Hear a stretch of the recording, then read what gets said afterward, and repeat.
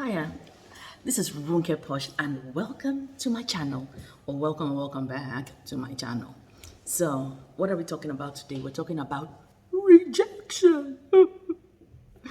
Rejection. So sad. So, what is rejection? So, someone doesn't want you in their life anymore, or you go for a job interview and you didn't get the job interview. You want to get something for yourself, however, you're not able to get it for one reason or the other. So, you start to feel bad. Your feelings are hurt, you're scarred, your emotions, it could be your friends in school, your colleagues at work. It could be a partner, a boyfriend, a husband, a living lover, whatever the case may be, that has rejected you and you're not happy about it. It could be institutional rejection. It could even be Nigeria rejecting you and you're jackpying.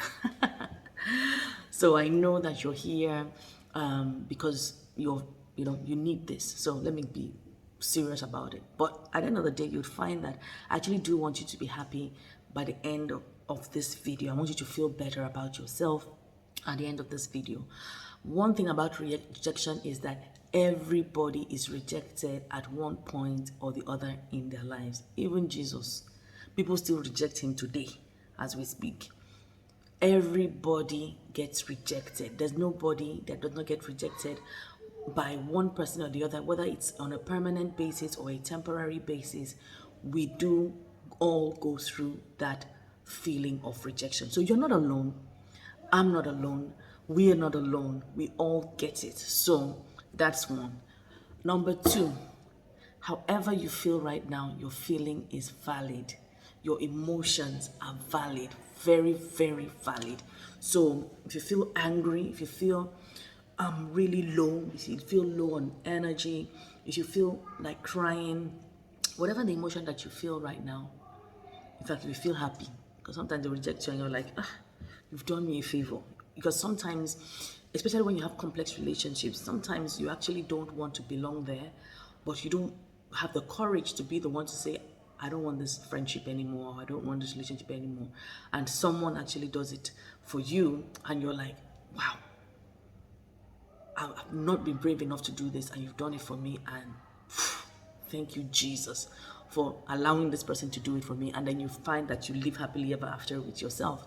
So that's very, very important to know. What did I say? That's very, very important to know. Your feelings are valid.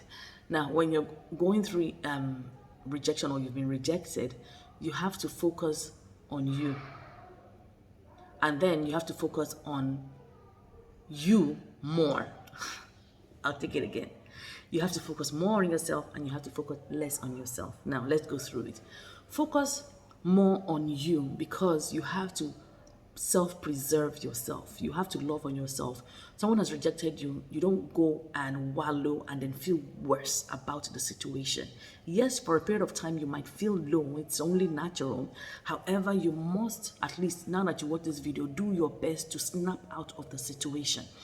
If you have to be with somebody else, I'm not talking about go and get in that relationship. That's not what I'm talking about. If you have to speak to a friend or a colleague or a professional to make you feel better about the situation, to process it, like an onion, to peel the layers, or like a cabbage, to peel the layers and help you understand what it is that you're going through. It really does help. It helps you understand the process, where things have gone wrong.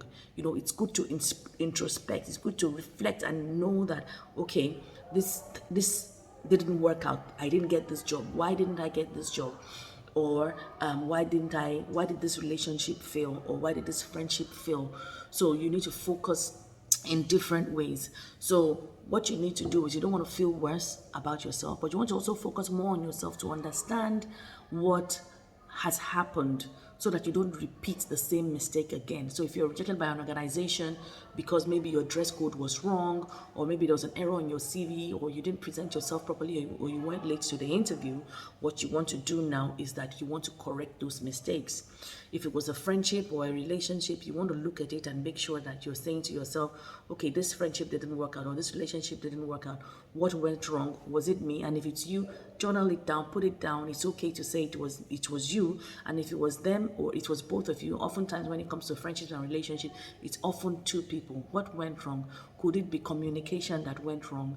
Whatever it is, again, note it down so you don't make the same mistakes over again. I'm someone that journals a lot, so I'm going to tell you a story.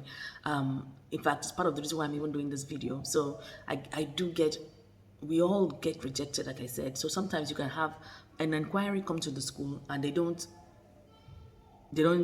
register their child, and you're thinking, this type of amazing school, hello, and you're thinking, why not? But when you really process it, or when you call back and inquire, you find that the person maybe doesn't believe that they can afford the school, or maybe they're looking for something, just one thing less. They're still not discrediting the school, but it was just something else that they were looking for and they didn't find. It could be any kind of thing. It's not always, people don't reject you all the time for a negative relationship. Let me give you an example of relationships.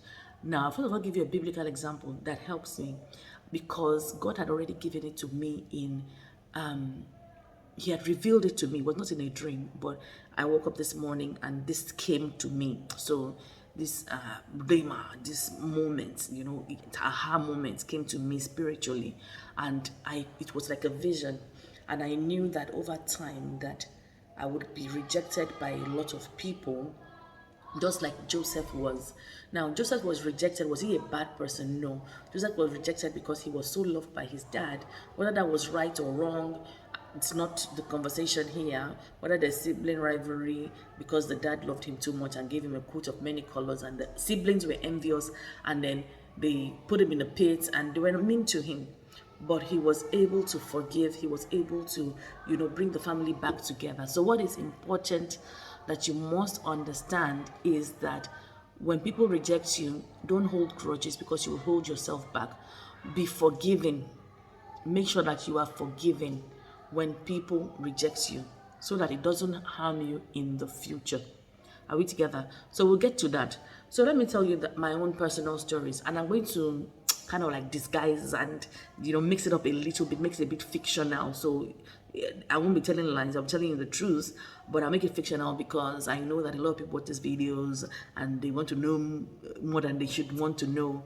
And so I'll make it a bit fictional, and I will make it but these are things that have happened to me. Even in school, in boarding school, I can remember being rejected from some friendship groups. So children get it, and they get anxious, they get anxieties and all sorts of things when they are being rejected. So when you're being rejected, you have to look for coping mechanisms to help you. So it could be breathing at first. When it initially happens, it might get overwhelming, and you want to find that inner peace and calm.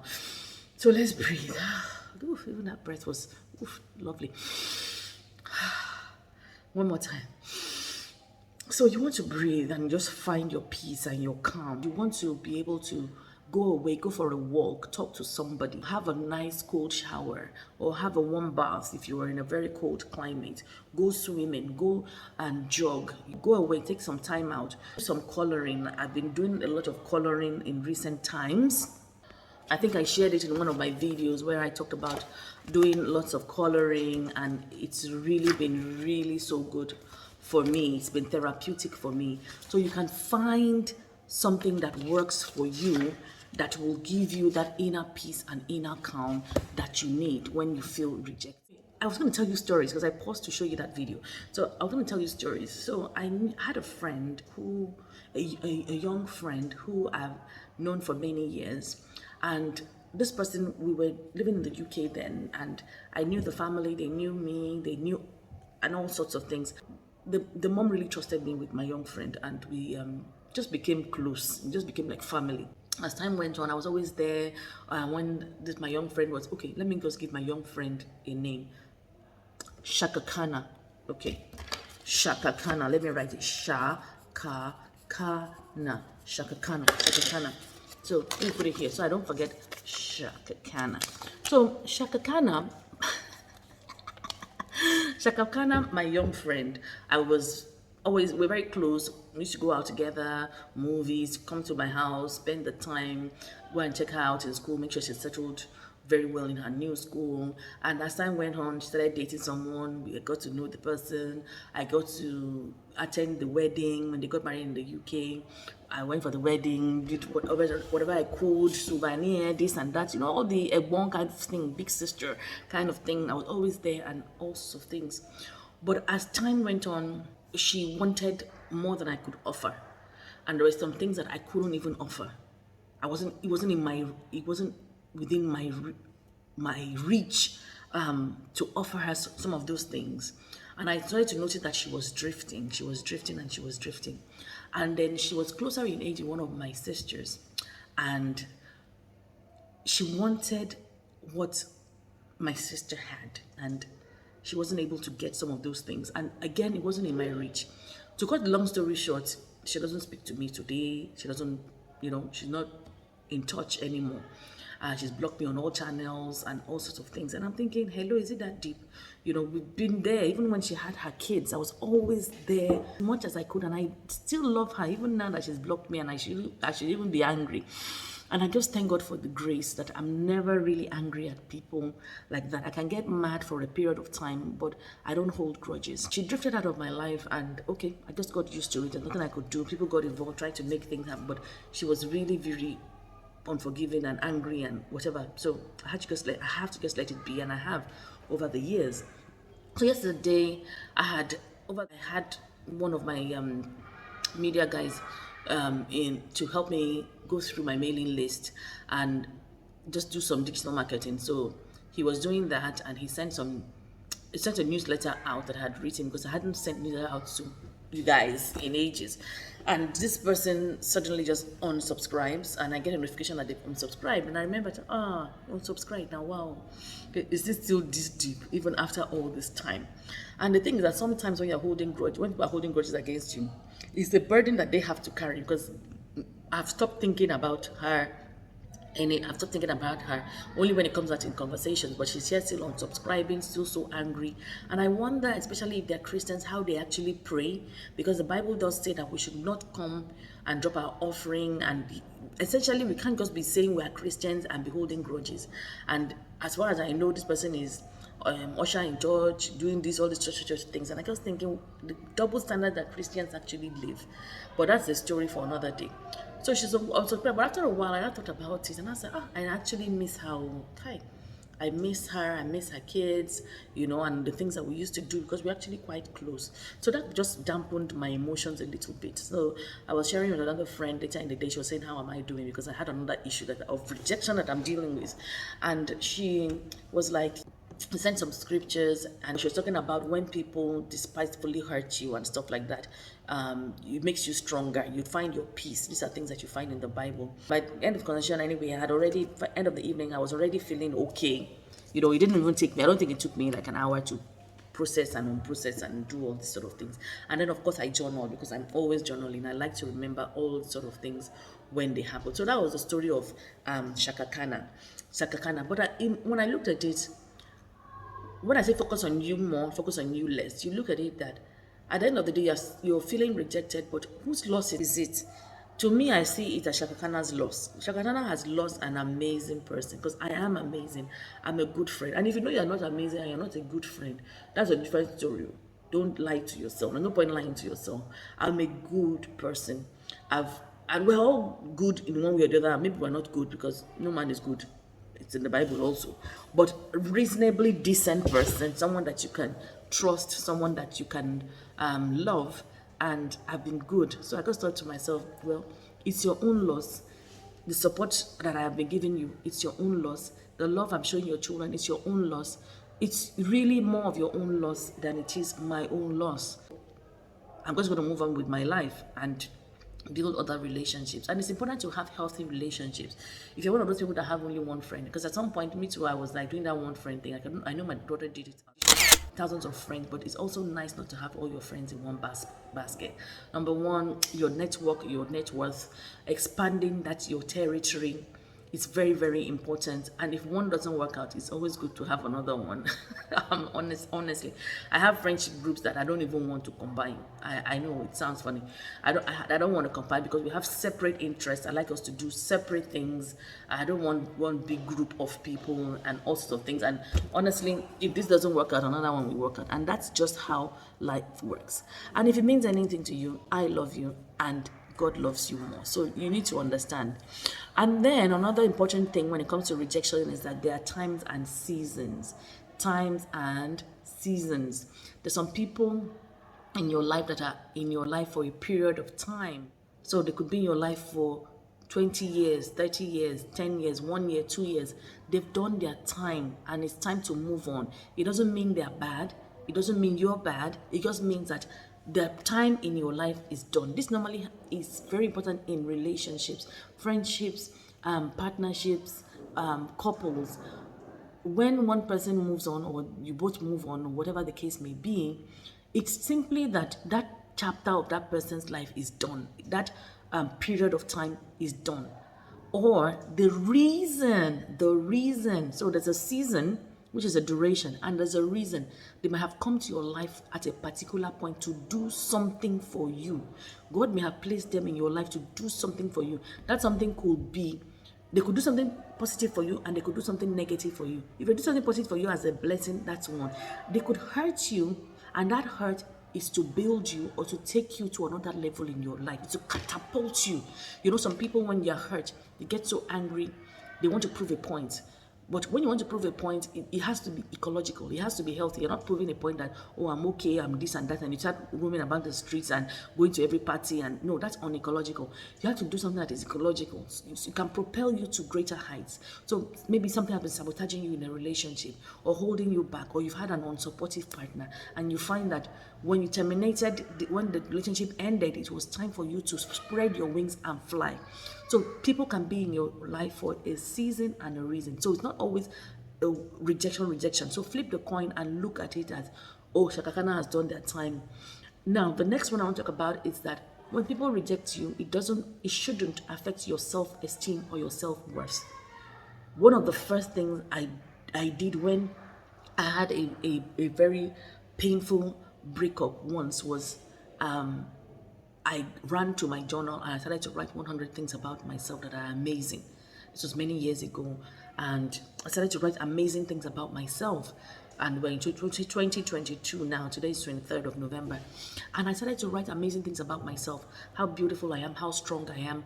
Also about my self-worth, how confident I am, the influence I'm having in the lives of people, the light that I'm shining. I'm a child of God, I'm faithful, I'm loyal. You know, so many things about myself. I started to write it because the first thing the devil will want to do is to make you feel you're not good enough. Never ever allow the devil to make you believe that you are not good enough, because you are all that, you're a bag of chips and even so much more. So don't let the devil tamper with your self-esteem or your self-worth. Don't compromise. Even people that are going through painful friendships or relationship breakups, make sure that your self-esteem, your self-worth is not tampered with. Don't preserve it. You might lose almost every other thing, but do not, because once your self-esteem and your self-worth is gone, that's it. You're on ground zero. To rise up again is possible, but it's going to be damn hard. So don't let anybody play with it. Don't. Affirm yourself. Ronke is amazing. She's beautiful. And then when it's kind of like that kind of relationship one, make sure that you come with your A game. You look after yourself. You self-preserve, self-love. Look great. Look amazing. Feel amazing. Eat amazing. Take care of yourself. Have your checkups. You know, just be into yourself. Don't idolize yourself, but be into yourself, because you don't want to be on ground zero. You need the energy to go again. You need the energy to triumph. So you keep telling yourself in your affirmations, post them around your house. I can do this. I can win. I'm a winner. This is just a temporary obstacle in my way. I will step on it, leverage on it, and I'm going to do more.